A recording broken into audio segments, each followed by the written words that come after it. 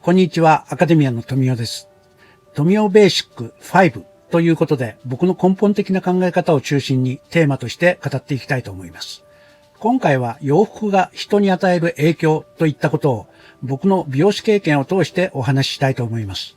多くの人は人と出会って数秒以内に相手を判断するということです。美容師の仕事柄、洋服や髪型、メイク、ネイルについてある規定を設け、入社前からこれらの規定に同意できるかどうかをお話しし、同意した人材を仲間として迎えてみました。なぜそこまで細かくチェックしなければならないか。それはお客様に自分たちのお店や自分を知ってほしいからです。自分やヘアスタイル、メイキャップ、自分たちの身なりはお客様側への情報の提供になります。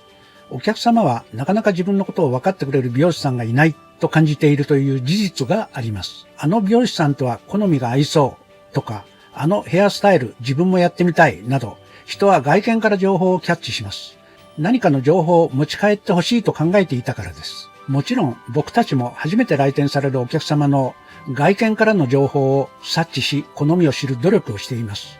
この話も近いうちに説明したいと思います。まず、面接の時、ヘアスタイルはこちら側の要望通りにスタイルチェンジすること。ファッションについても、店側でダメ出しした場合、それを受け入れることなど。しかし、2年もすると各自がこちらのイメージを理解し、かっこよく育っていくものです。では、なぜここまでする必要があったのでしょうか。はじめにお話ししましょう。人は服装、身なりでどこまで判断するのだろう。そして敵か味方か。稼げるプロはいつも輝いて見える。服装が果たす役割。洋服とはユニフォームの利点とマイナス点。では最初になぜここまで服装をチェックするかについてお話ししたいと思います。ファッション業に携わる以上、自分自身が相手にどのように理解されるかが大変重要になり、その後の売上成績に影響するからです。人は服装、身なりからどこまで判断するのだろう。あなたがどのくらいお金を持っているか、あなたの育ち、教育レベル、どの程度正直で道徳的か理論的かという人格についてまで判断します。これは原始時代から私たちに残る本能みたいなもの、僕たちは服装によって判断するのです。そこで敵か味方か、僕たちはイメージビジネスにいると思っています。僕のビジネスで考えてみると、人々が美しくなり、気分よくいられるようなイメージ作りの手助けをするために働いていると言えます。しかし、重要なことは、ファッションやイメージの社会的な意味を把握し、社会階級が違えば、自分を表現する仕方も違ってくるということを理解することです。地域が変われば、またファッションも変わるのと同じ。人がどのように話し、どのように行動し、どのように歩き、どのように食べ、どのように振る舞うかということまで含まれています。僕たちのビジネスで技術を身につけたら次に身につけるべきことは洞察力なのです。その中で洋服が持つ意味合いはかなり強いものがあります。まず、自分と好みが合った洋服を着ている人の場合、それで仲間意識が生まれます。全然かけ離れた洋服の場合、自分の趣味嗜好に合わない場合、敵といったような意味に捉える場合があります。あなたはこの写真を見てどのような推測をするのでしょう。カジュアルな中にも黒のジャケット、インナーはフリルのブラウス、手には携帯でメールのチェック、バッグはエルメス・バーキン、大きく開いたバッグに物が多く入っています。バーキン自体は物を多く入れるバッグの一つです。ひょっとしてノートパソコン？デニムのスラックスを履いています。しかしこの装いからするとシューズはパンプスを履いています。しかもシンプルなロングヘアにカラーはハイライト。かなりのキャリアの持ち主。バッグは自分で購入。多分秘書ではありません。スラックスを履いているので今日は行動的に働きたいのでしょう。掛け持ちをしているのかもしれません。紹介状を行き来するファッションエディターかも編集長クラスといったところでしょう。このような推測を張り巡らせ、質問は少なめに済ませます。美容師が一流になっていくためには持っている知識をフルに使い、収入面での成功を収めること。それには見た目もプロとして輝いて見えること。これが僕たち美容師に求められるファッション像です。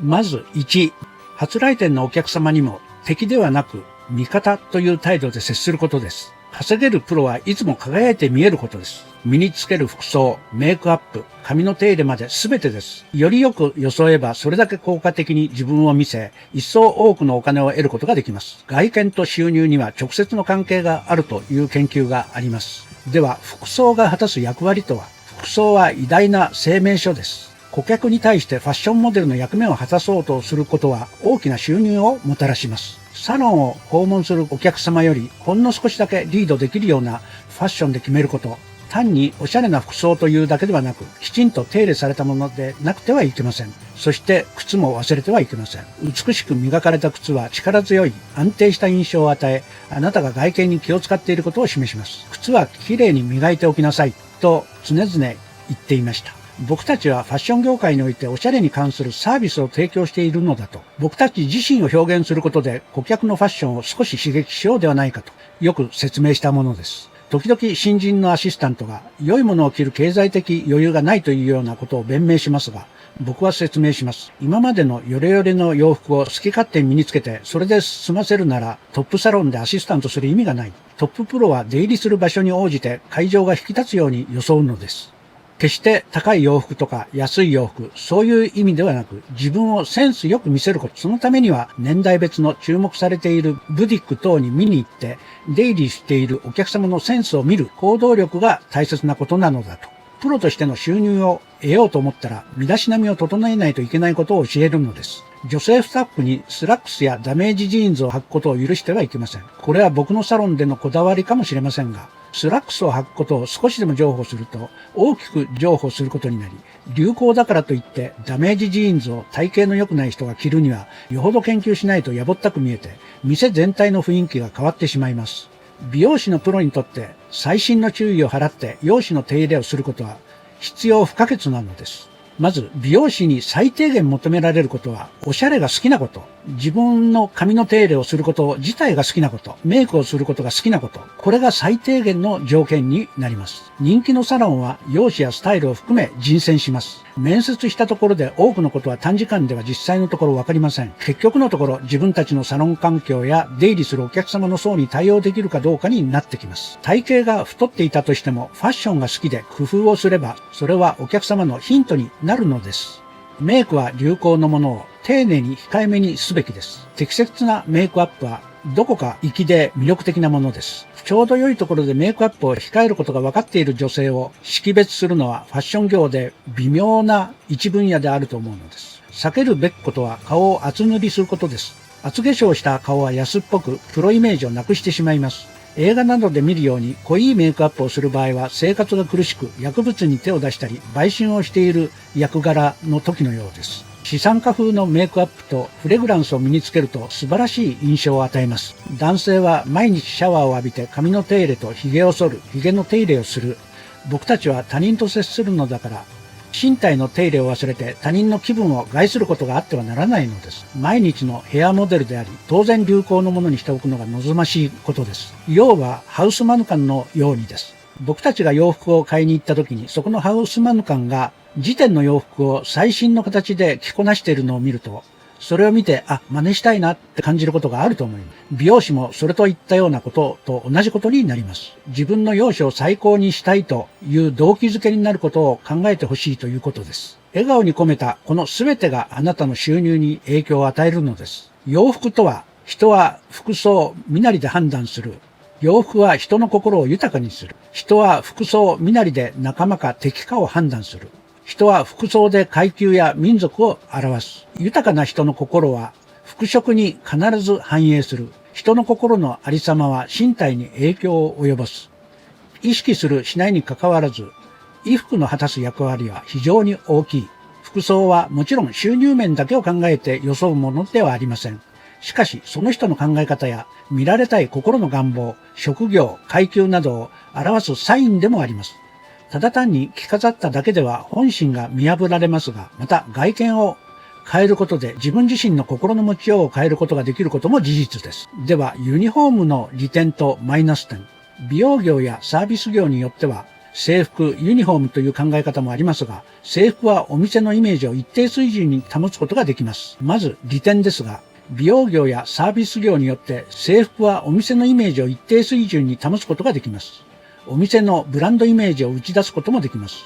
また、チームとしての仲間意識を持つこともできます。マイナス点としては、あなたの個性を殺します。お客様から見てあなたのセンスを見抜くチャンスを奪います。洋服によって近寄っていきたい人か、敵か味方かを知らないうちに判断していると言えます。美容師は自分の身なりを気配りすることで覚え、お客様の洋服や装飾品で情報を無言のうちに察してヘアを提案するセンスを身につけることにもなるのです。まとめとして人は身なりで判断します。これは美容師の心得として僕の考え方をお話ししましたが、多くの接客業も身なりで判断しています。